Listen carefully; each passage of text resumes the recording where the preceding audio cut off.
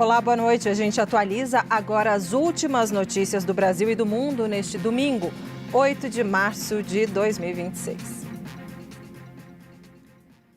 No Oriente Médio, a expectativa é pelo anúncio do novo líder supremo do Irã, que vai suceder Ali Khamenei. A nossa editora de internacional, Jéssica Petrovna, tem as informações. Jéssica, que bom ter você aqui. O que a gente sabe, então, sobre a sucessão e quem são os cotados até agora? Boa noite para você. Boa noite, Débora. Boa noite para você que nos assiste. Débora, um dos integrantes da Assembleia dos Peritos, que é um órgão ali composto por 88 clérigos, responsável por escolher o nome do próximo líder supremo do Irã, afirmou hoje que o nome de Khamenei permanecerá. Essa declaração aumentou a expectativa de que Mojtaba Khamenei, o filho de Ali Khamenei, possa substituir o líder supremo iraniano, que foi morto no final de semana passado em ataques de Israel e dos Estados Unidos. Débora, nós separamos uma arte que mostra quem são esses cotados para o próximo líder supremo do Irã. Então nós temos o Mojtaba Khamenei, como eu disse, é filho do Khamenei. Ele não é um ayatolá, ele é um clérigo de posto médio no Irã, não tem cargo oficial no governo, mas é uma figura influente ali nos bastidores, tem bastante influência junto à Guarda Revolucionária Iraniana. E embora ele enfrente resistência por ser filho de Khamenei, a gente lembra que a Revolução Islâmica de 1979 derrubou a monarquia dos Shahs, então esse tipo de sucessão de pai para filho é mal vista dentro do regime iraniano. Então o Mojtaba Khamenei enfrentou uma certa resistência, mas ele é bastante influente na Guarda Revolucionária Iraniana, que controla o aparato do regime iraniano e também apoia aqueles outros grupos fora do Irã, como o Hamas, como o Hezbollah, os Houthi. Então, se confirmado o nome de Khamenei, isso é um indício de que o regime vai tentar se manter e vai tentar resistir a essas ofensivas dos Estados Unidos e de Israel. Nós temos também o nome de Hassan Rouhani, ele é neto do fundador da República Islâmica, embora não seja ali tão linha dura quanto outros nomes dentro do regime. Temos também o Ali Reza Arafi. Ele não é um nome tão conhecido fora do Irã, mas é uma figura bastante influente dentro do Irã. Ele é o vice-presidente dessa Assembleia dos Peritos. Ele também já foi integrante do Conselho do Irã, que é responsável ali por dizer se as leis aprovadas pela Assembleia estão em conformidade com a Constituição e estão em conformidade com a Sharia, com a lei islâmica. Então, ele era uma figura de confiança do Khamenei e desponta ali como um possível sucessor. E fora dessa estrutura do regime, nós temos o Reza Pahlavi. Reza Pahlavi é um príncipe exilado nos Estados Unidos, ele era filho do último Shah do Irã. Quando aquelas manifestações irromperam no Irã entre o final do ano passado e o começo desse ano, ele surgiu, ele fez vários vídeos ali incentivando as manifestações. Agora, Débora, existe muitas dúvidas se ele teria respaldo dentro do Irã, considerando que ele vive há décadas lá dentro, vive há décadas nos Estados Unidos. O próprio Donald Trump já falou que, quando questionado se ele apoiaria Reza Pahlavi para comandar o Irã, ele falou que gostaria de um nome mais popular, um nome que tivesse mais apelo dentro do Irã. Então é muito incerto esse nome de Reza Pahlavi. O que nós temos agora é uma movimentação do próprio regime tentando se manter e o nome do Mojtaba Khamenei surgindo ali como um favorito, embora Trump já tenha dito, Débora, que ele seria inaceitável e que o Trump quer interferir nesse processo. Débora. Jéssica, muito obrigada pelas informações, dar esse overview muito importante, e a gente segue, na expectativa para esse anúncio oficial. Muito obrigada, excelente trabalho para você. E a gente continua falando sobre a guerra no Oriente Médio, temos entrevista importante, vamos conversar agora com o professor de Relações Internacionais da SPM, Gunther Hudzit. Professor, obrigada pela entrevista nesse domingo. Já começo te perguntando, então, professor, como é que o senhor avalia essa possibilidade, que agora ganhou mais força ainda, de possivelmente o novo líder supremo do Irã poder ser o filho de Ali Khamenei? Boa tarde, Débora, a todos que nos assistem, obrigado pelo convite. Olha, o grande problema dele é que ele é muito novo, ele não tem experiência política, por mais que tenha participado por trás aí, do mandato do pai, ele não tem essa experiência por um momento de crise tão grande e um momento existencial para o regime. É isso que a gente tem que entender. O regime não vai aceitar uma transição. Então é por isso que o Parlev não é carta fora do baralho. Efetivamente, o grande peso agora é a gente entender o quanto a Guarda Revolucionária vai comandar esse processo.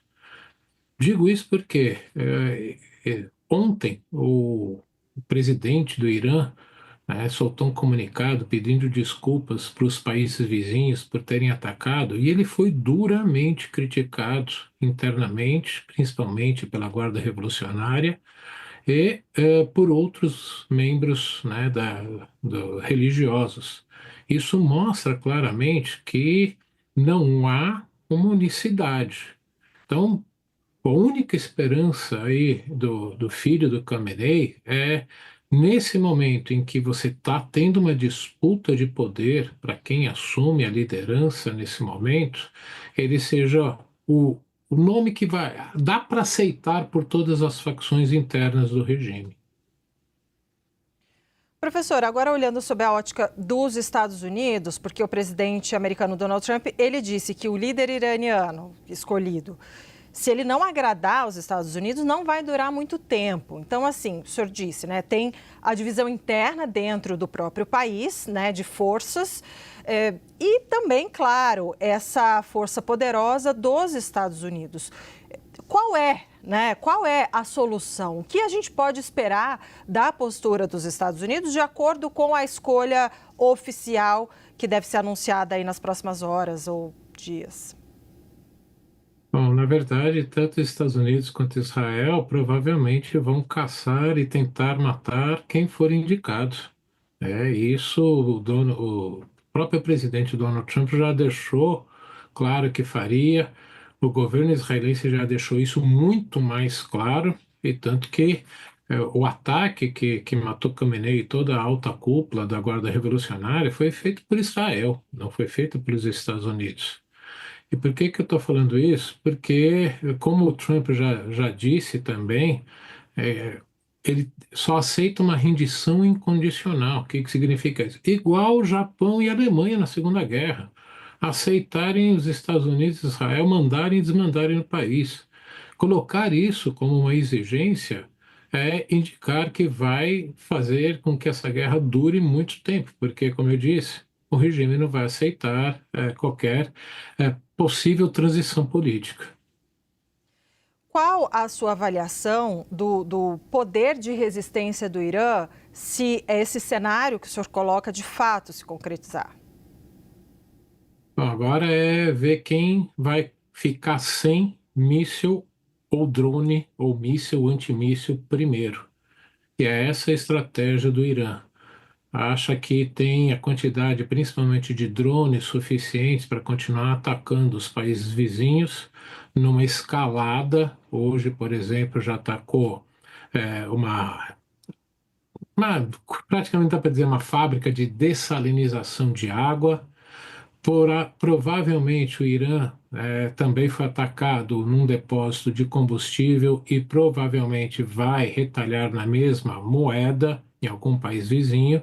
Tudo isso para pressionar o mercado internacional e outros governos pressionarem o presidente Donald Trump. Então, quem vai ficar sem drone e sem munição primeiro? Professor, o Irã, então, citando aqui, né, o que o senhor mencionou, pediu desculpas ali aos países vizinhos, prometeu parar os ataques, mas continua as ofensivas. Como é que o senhor avalia, então, esse momento e como é que pode agravar a guerra e as tensões ali no Oriente Médio e até, eventualmente, o envolvimento de mais países fora ali da região? Bom, pelo que eu li, talvez o presidente iraniano teria se referido aos ataques ao Azerbaijão e Turquia, para justamente não abrir esse flanco norte, principalmente os dois países não apoiarem guerrilhas que Estados Unidos e Israel estão tentando armar para atacarem internamente o Irã, e por isso indica a pressão que todos os líderes iranianos estão e que essa disputa interna. Quanto a atores fora da região, Rússia, China, muito menos Coreia do Norte, vão entrar nesse conflito. Ficou claro que o apoio, principalmente de Rússia e China, que muitos esperavam, e provavelmente até o próprio governo iraniano, não deixa de ser um apoio retórico, né? Declarações diplomáticas, discursos mais duros no Conselho de Segurança, mas não passa disso. Até porque os dois países não querem enfrentar a máquina de guerra americana. Primeiro, Rússia, que está atolada na Ucrânia, e que agora não depende mais dos drones iranianos, e a China, que não tem a mínima capacidade de projetar poder ali na região do Golfo. Portanto, o Irã está sozinho, literalmente. Então, considerando esse cenário que o senhor coloca, né, de isolamento do Irã, da força, da potência militar dos Estados Unidos e de Israel, na sua avaliação, o senhor colocou também, o senhor acrescentou que os Estados Unidos pressionam ali para uma mudança de regime. Na sua avaliação hoje, com o que a gente tem na mesa, quais as chances do regime cair? Olha, ainda são pequenas, porque a Guarda Revolucionária, principalmente com seu braço paramilitar, os barriges, que são voluntários, que na prática são aqueles que saem literalmente para combater as grandes passeatas e foram armados nessa última grande revolta que matou aí provavelmente entre 5 e 15 mil pessoas, essa estrutura ainda está de pé. É por isso que Estados Unidos e Israel também vêm bombardeando as delegacias de polícia, os centros de inteligência da Guarda Revolucionária para tentar enfraquecer ao máximo essa estrutura de comando e controle de inteligência da Guarda, porque a Guarda foi criada pelo Ayatollah Khomeini na Revolução justamente para ser tão ideológico quanto ele e para ser o sustentáculo do regime. Hoje, eles são os mais linhas duras dentro do regime. Portanto, tentar quebrar essa espinha dorsal da Guarda Revolucionária é fundamental para qualquer tipo de levante que possa acontecer, tanto da população quanto de minorias, porque o Irã, apesar da maioria ser persa, 60%, há outras minorias, principalmente nas fronteiras. E é isso o grande temor do governo, né, do regime, e isso é talvez um instrumento agora que americanos e israelenses vão fazer. Mas é muito difícil dizer que vai cair. O pior cenário possível é você ter um Irã mergulhado numa guerra civil, algo parecido com o que aconteceu na Síria e que durou praticamente 15 anos. Professor, acho que dá tempo ainda de abordar contigo, a gente tem mais um minutinho, que eu gostaria da sua avaliação política em relação a essa escolha de Donald Trump, né, de abrir mais essa frente de batalha. A gente sabe que tem aquela máxima que todo presidente dos Estados Unidos precisa de uma guerra para chamar de sua, mas ele, a plataforma na qual ele se elegeu, criticava, inclusive, a participação dos Estados Unidos em guerra, enfim.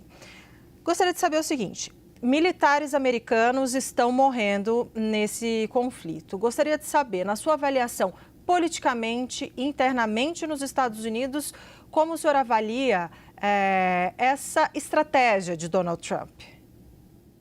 Bom, eu acredito que como ele se cercou de pessoas que não dizem não para ele, diferentemente do primeiro mandato, ele aprendeu que ele foi literalmente enrolado pelos assessores, secretários dele no primeiro governo. Nenhum deles tem coragem de bater de frente e dizer que é uma péssima ideia. Tá. Pelo que eu li, talvez em algumas reuniões Cia tenha dito isso, mas ele foi em frente. possivelmente, talvez um pouco inebriado pelo que eles conseguiram fazer na Venezuela, sem nenhuma morte americana.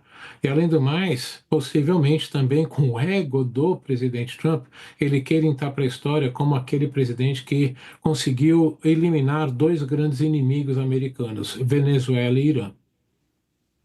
Nós conversamos com o professor de Relações Internacionais da ESPM, Gunther Hudzit. Muito obrigada, professor. Um bom domingo para o senhor. Eu que agradeço. Bom resto de domingo para todo mundo. E a gente vai ficando por aqui. Essas foram as principais notícias do momento. Fique agora com o CNN Viagem e Gastronomia. Daqui a pouco eu volto com mais notícias. Até já.